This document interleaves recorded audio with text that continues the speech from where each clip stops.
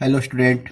आज हम पढ़ेंगे class 11th account bank reconciliation statement के बारे में। क्या होता है बीआरएस? बैंक रिकॉन्सिलेशन स्टेटमेंट को शॉर्टकट में बीआरएस कहते हैं। बैंक रिकॉन्सिलेशन स्टेटमेंट क्यों तैयार किया जाता है, क्या होता है, इस चीज़ के बारे में पढ़ेंगे। इससे पहले मेरे चैनल को सब्सक्राइब कर लीजिए, दोस्तों के बीच में शेयर कीजिएगा और हाँ, लाइक जरूर कीजिएगा। तो हम बात करेंगे बैंक रिकॉन्सिलेशन स्टेटमेंट क्या होता है। देखिए, प्रत्येक बिजनेस को, हर एक किसी बिजनेस को जो है अपने बिजनेस को चलाने के लिए अपने अकाउंट खोलना पड़ता है, बैंक में बैंक अकाउंट रखना पड़ता है। और बैंक अकाउंट के रखने के लिए जो भी बिजनेस के लेन देन होते हैं वो कैश दो तरीके से होता है, या तो कैश होता है या फिर ऑन बैंक होता है। इसके लिए जो है वो दो तरीके के लिए, एक जब बैंक में अकाउंट खोला जाता है तो बैंक में सारी की सारी एंट्रीज बैंक के द्वारा उसके पासबुक में कर दिया जाता है, पासबुक में किया जाता है। साथ ही साथ जो बिजनेसमैन होता है अपने जितने भी ट्रांजैक्शन होते हैं बैंक से रिलेटेड, वो उसको कहाँ रखता है, उसको रखता है वो अपने कैश बुक के बैंक कॉलम में।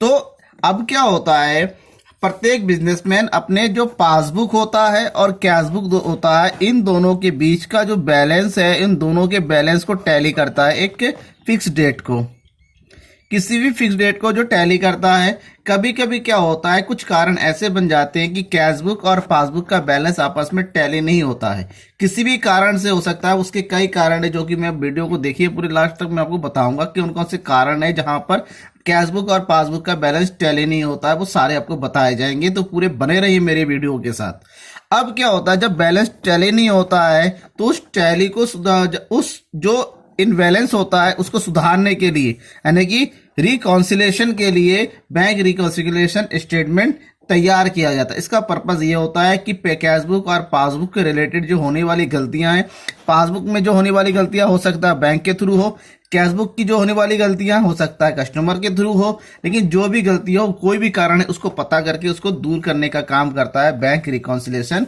स्टेटमेंट। अब बैंक रिकॉन्सिलेशन स्टेटमेंट के लिए सबसे पहले हम बात करेंगे इसकी मीनिंग की। बैंक रिकॉन्सिलेशन स्टेटमेंट आखिर होता क्या है? बैंक रिकॉन्सिलेशन स्टेटमेंट को हम क्या कह सकते हैं, a statement is prepared to reconcile the difference between the balances of bank column of cash book and passbook on any given date is known as bank reconciliation statement. मतलब एक ऐसा statement जो तैयार किया जाता है बैंक कॉलम और के कैश बुक के बैंक कॉलम और पासबुक के बीच में बैलेंस को रिकॉन्सिल करने के लिए, जिसको बैंक रिकॉन्सिलेशन स्टेटमेंट कहा जाता है।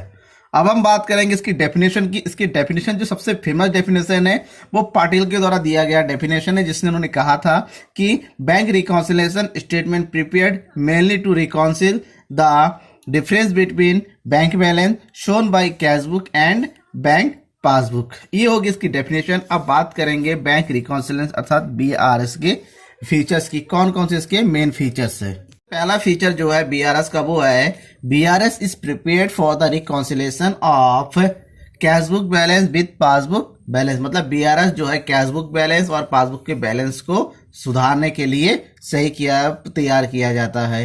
नेक्स्ट है, it is prepared by the customer having an account with the bank. ये उस कस्टमर के द्वारा तैयार किया जाता है जिसका बैंक में अपना एक अकाउंट होता है।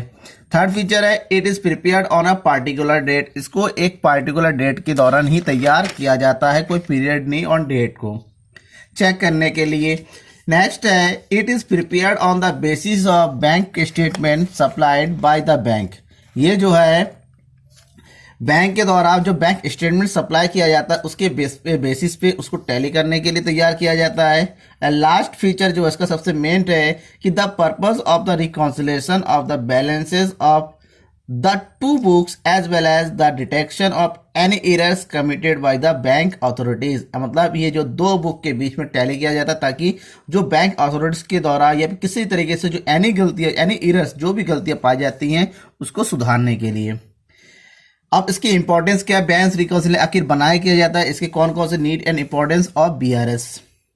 सबसे पहला इंपॉर्टेंस है, BRS helps in detection of errors in cash book and passbook. Next है, BRS help in checking in inevitable delays in the check system. And next है, BRS act as a moral check on the cashier. And अब हम पढ़ेंगे reason of difference between cash book and passbook. Cash book और passbook के बीच में जो अंतर होने का क्या क्या मेन रीजंस है। इसके 3 मेन रीजन है। सबसे पहला रीजन है डिफरेंस बिकॉज ऑफ टाइमिंग। तो टाइमिंग के लिए कभी कभी टाइमिंग हो जाता है, जैसे हमने कोई चेक जारी किया, उसका जो कलेक्शन है वो 31 को अगर हमने अकाउंट क्लोज करना है वो 1 अप्रैल को जो होता है, जो टाइमिंग गैपिंग हो जाता है, इससे रिलेटेड जो है कुछ गलतियां आ जाती है, डिफरेंसेस आ जाती हैं। नेक्स्ट है difference because of transaction recorded by the bank only. क्योंकि कुछ ट्रांजेक्शन ऐसे होते हैं जो केवल बैंक के थ्रू ही रिकॉर्ड किए जाते हैं, कस्टमर के थ्रू रिकॉर्ड नहीं किया जाता है, जैसे बैंक के द्वारा बैंक चार्ज लिया जाना या बैंक के द्वारा बैंक इंटरेस्ट दिया जाना, इस तरीके से। और नेक्स्ट है डिफरेंस बिकॉज ऑफ एरर्स में बी कमिटेड बाय बिजनेस और बैंक। या फिर कुछ ऐसी गलतियां हो सकती है जो कि बिजनेस या बैंक के द्वारा जो गलतियां हो जाती है ऑन रिकॉर्ड करने में। ये 3 तरीके के जो है 3 गलतियों के कारण जो है कैश बुक और पासबुक में जो है डिफरेंस आता है। अब नेक्स्ट जो है कह रहा है causes of difference in cash book and passbook balance. अब कैश बुक और पासबुक में कौन कौन से ट्रांजैक्शन है, कौन कौन से ऐसे कॉजेज है जिसके कारण डिफरेंस पैदा हो जाता है।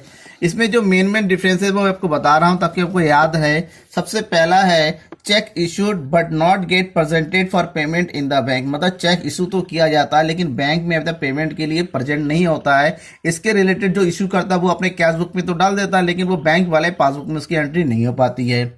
नेक्स्ट है cheque paid into the bank for collection but not get credited. Cheque जो है बैंक में पैसा क्रेडिट करने कलेक्शन के लिए जमा किया जाता है लेकिन बैंक के थ्रू अभी तक उसको क्रेडिट नहीं किया जाता है। Cheque paid into bank for collection but dishonoured. Cheque को जो है बैंक में जो है कलेक्शन के लिए पेड कर दिया जाता है, जमा कर दिया जाता है, लेकिन क्या होता है बैंक जो चेक है वो डिसऑनर्ड हो जाता है, वो खारिज हो जाता है। Interest charge by the bank on overdraft. Bank के द्वारा जो बैंक से ओवरड्राफ्ट लिया जाता है उस पर इंटरेस्ट चार्ज किया जाता है जिसका पता जो है कस्टमर को नहीं चलता है, बाद में पता चलता है। नेक्स्ट है interest allowed by the bank. Bank के द्वारा जो जमा किया पैसा उससे इंटरेस्ट अलाउ किया जाता है, वो बैंक में जमा कर देते हैं जिसके बारे में कैश बुक में पता नहीं चलता है। Next direct deposit by customers into the bank. Customer के द्वारा बैंक में डायरेक्ट बिना बताए जमा कर दिया जाता है। Interest and dividend collected by the bank. Bank के द्वारा जो इंटरेस्ट और डिविडेंड जो मिलना होता है कस्टमर को वो बैंक के द्वारा कलेक्ट कर लिया जाता है और कैश बुक में एंट्री नहीं हो पाती उसकी।